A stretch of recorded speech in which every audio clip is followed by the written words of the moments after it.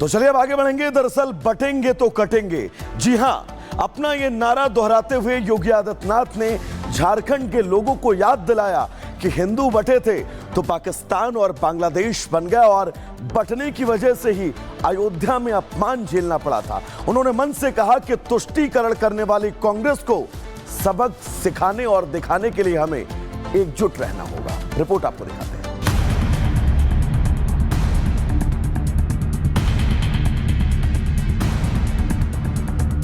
कटेंगे तो कटेंगे, एक रहेंगे तो सेफ रहेंगे। बटेंगे तो कटेंगे। कैसा कटेंगे भाई? कहां कटेंगे? बटेंगे तो कटेंगे का नारा विपक्ष को क्यों गवारा? एकता के नारे से सियासी उफान, कांग्रेस और उनके साथी परेशान। मुद्दों पर कांग्रेस का सरेंडर, चुनाव में तुष्टीकरण का टेलर। चुनाव का फाइनल फाइट जैसे जैसे करीब आ रहा है, बटेंगे तो कटेंगे का नारा उतना ही बुलंद होता जा रहा है।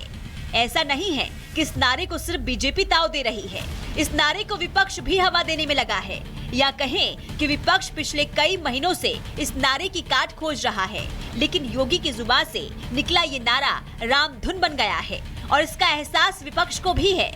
विपक्ष अब तक नारे के बदले नारा देने में जुटा था, लेकिन हरियाणा में मिली हार से इंडी गठबंधन के मन में डर बैठ गया है। ऐसे में कांग्रेस और उनके साथियों को समझ नहीं आ रहा है कि इस नारे की तपिश को कम कैसे किया जाए। यही वजह है कि आए दिन विपक्ष का कोई न कोई नेता उलझुल तर्क देने में जुटा है। हम बाबा साहब के चेले हैं, बुद्धा के चेले हैं, नेहरू जी के चेले हैं, गांधी जी के चेले हैं। ये देश को बनाने वाले लोग हैं और तुम देश को बिगाड़ने वाले लोग हो। बटेंगे तो कटेंगे। कैसा कटेंगे भाई? कहां कटेंगे? आप बांटना चाहते हो देश को धर्म के नाम पर। खुद इंदिरा गांधी ने अपनी जान इस देश के एकता के लिए दिया, राजीव गांधी जी ने अपनी कुर्बानी दी, लेकिन देश को कभी बंटने नहीं दिया। और आज तुम हमको सिखाते हो बटेंगे तो कटेंगे, एक हो तो सेफ हो। अब सेफ नहीं है देश। अखिलेश यादव ने बटेंगे तो कटेंगे की काट तलाशने के चक्कर में न जाने कितने नारे गढ़े, लेकिन लगता है सभी नारों ने सरेंडर कर दिया है। यही वजह है कि मुद्दा कोई भी हो, विपक्ष का कोई न कोई नेता हर दिन बटेंगे तो कटेंगे का जिक्र जरूर कर रहा है, लेकिन योगी आदित्यनाथ अपने नारे को बड़ी बुलंदी के साथ लोगों के बीच ले जा रहे हैं। बटे थे बहनों और भाइयों, तो अयोध्या का अपमान झेलना पड़ा था। बटे थे तो पाकिस्तान और बांग्लादेश बन गया। बटे थे तो काशी में अपमान झेलना पड़ा था। बटे थे तो बहन बेटियों की इज्जत के साथ खिलवाड़ हुआ था। इसलिए बटे थे तो कटे थे, बटेंगे तो कटेंगे, एक रहना है, एक रहेंगे तो सेफ रहेंगे। चुनाव में बटेंगे तो कटेंगे के नारे का शोर है। आप देश के किसी भी हिस्से में चले जाएं, इस नारे से कोई अछूता नहीं है। बांग्लादेश में जो हिंदुओं के साथ हुआ, शायद उसका असर चुनावों में दिख रहा है। ऐसे में विपक्ष घबराया हुआ है। यही वजह है कि विपक्ष लगातार इस नारे की काट खोज रहा है। बहरहाल चुनाव में बटेंगे तो कटेंगे का असर कितना होगा, ये 23 नवंबर को पता चलेगा, लेकिन उससे पहले विपक्ष खौफ में है। Bureau report, Republic Bharat. तो चलिए दर्शकों, अब नारों की राजनीति से आगे बढ़ेंगे और नाम की राजनीति का जिक्र करेंगे। दरअसल दिल्ली के नजफगढ़ में इस बात का ऐलान कर दिया गया है कि वहां पर जितनी बाजारें और ठेले लगते हैं, उन सभी को बाजार में जो दुकानें हैं, उन दुकानों के सामने, ठेलों के सामने अपनी नेम प्लेट लगानी होगी। और कारण ये बताया गया है कि रोहिंग्या अप्रवासियों से बचने का ये महज अचूक समाधान है, लेकिन अब इसको लेकर राजनीति भी शुरू हो चुकी है। रिपोर्ट आपको दिखाते हैं।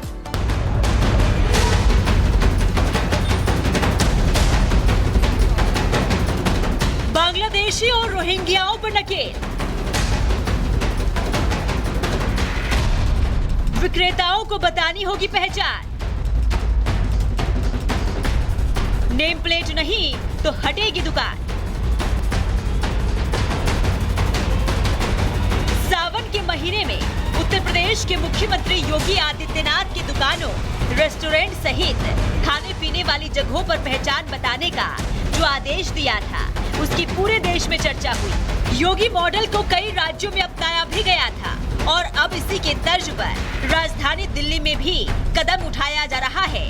दिल्ली के नजफगढ़ में सब्जी विक्रेताओं को अपनी पहचान बतानी होगी, नहीं तो प्रशासन का चाबुक चलेगा। नजफगढ़ सब्जी मंडी में अब सड़क के किनारे रेहड़ी पटरी लगाने वालों के लिए एक नियम आया है।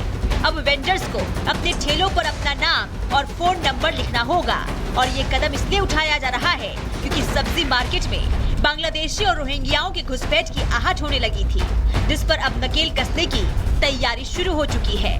इस आदेश के बाद अब वेरिफिकेशन की प्रक्रिया शुरू हो गई है, जो 20 नवंबर तक पूरी हो जाएगी। इलाके में लगभग 300 स्ट्रीट वेंडर्स हैं। सभी स्ट्रीट वेंडर्स का वेरिफिकेशन होगा। वेंडर्स को आधार कार्ड और जरूरी दस्तावेज जमा करने का आदेश है। 20 नवंबर तक सबकी वेरिफिकेशन प्रक्रिया पूरी होगी। मार्केट एसोसिएशन का कहना है, लंबे समय से अज्ञात विक्रेताओं द्वारा सामान बेचने की शिकायत मिल रही थी, इसलिए अवैध रूप से सब्जियां बेचने वालों को रोकने के लिए ये कदम उठाया गया है।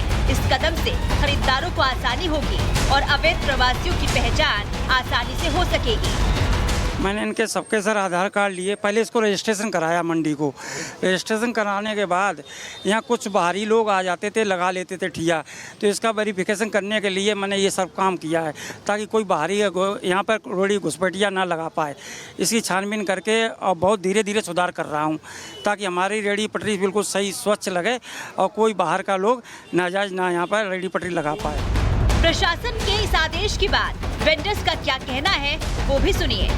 ये ऐसा है नहीं, बाहर के कुछ लोग आ जाते हैं और घूम फिर के लगाते हैं। जो यहाँ परमानेंट वाले हैं वो फिर परेशान हो जाते हैं और वो बेच बाच का अपना करके काम में चले जाते हैं।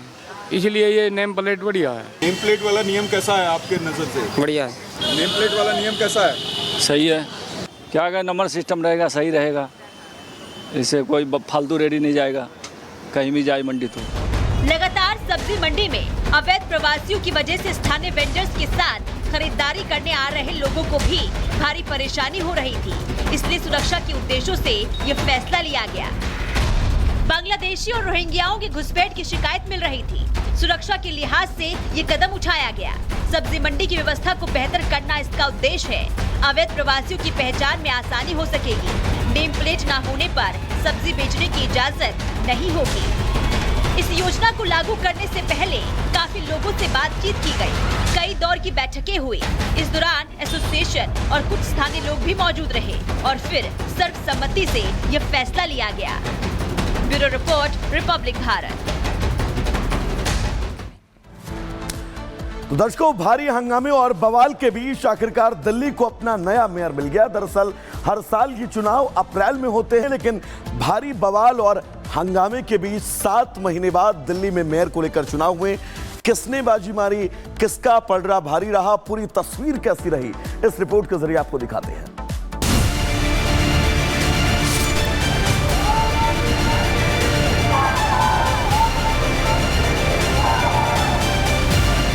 दिल्ली के मेयर चुनाव में जीत का फर्क महज 3 वोट ही है।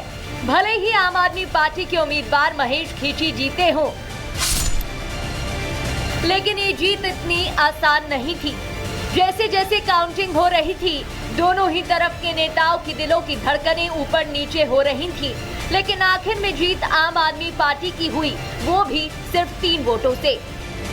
दिल्ली में मेयर चुनाव जो है संपन्न हो गया। आपको तस्वीरें दिखा रहे हैं। आम आदमी पार्टी जीत चुकी है और देखिए अंदर जो है अरविंद केजरीवाल जिंदाबाद के नारे लग रहे हैं। ये सारे आपको आम आदमी पार्टी के पार्षद नजर आ रहे होंगे जो कि विक्ट्री साइन भी दिखाते हुए नजर आ रहे हैं। देवनगर के पार्षद महेश खींची की जीत पर जश्न तो आम आदमी पार्टी मना रही है। सांसद संजय सिंह विक्ट्री साइन दिखा रहे हो, लेकिन सांसें तो उनकी भी ऊपर नीचे हो रही थी।